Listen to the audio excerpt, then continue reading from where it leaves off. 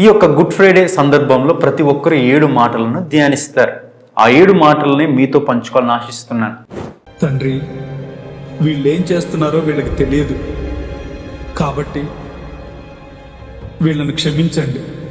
మొదటి మాట, యేసుక్రీస్తు ప్రభువారు సిలువలో పలికిన మొదటి మాట, లూకా సువార్త 23వ అధ్యాయము 34వ వచనం. తండ్రి, వీరేమి చేయుచున్నారో వీరెరుగరు గనుక వీరిని క్షమించుము.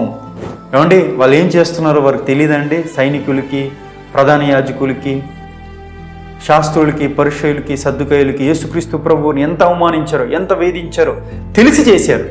తెలిసి చేసినప్పటికీ కూడా యేసుక్రీస్తు ప్రభువారు ఏమంటున్నారో తెలుసా? వీరు తెలియక చేశారండి, దయచేసి వీరిని క్షమించు తండ్రి అని యేసుక్రీస్తు ప్రభువారు ప్రార్థిస్తున్నారు. దయచేసి గమనించండి, క్రైస్తవ జీవితంలో క్షమించడం అనేది చాలా ప్రాముఖ్యం. అది మంచి లక్షణం. యేసుక్రీస్తు ప్రభువారు వారిని క్షమించగలిగారు. కారణం ఏంటో తెలుసా? ఆయన క్షమాగుణము కలిగిన గొప్ప దేవుడు, క్షమించే దేవుడు. కాబట్టి ఆయనలో ఉన్న ఆ గుణమును, తత్వమును ఆయన కనుపరుచుకునే విధముగా, రెండవది ఎవరినైనా యేసుక్రీస్తు ప్రభువారు క్షమించగలిగిన దేవుడు అని తెలియచేయడానికి వారిని క్షమించారు.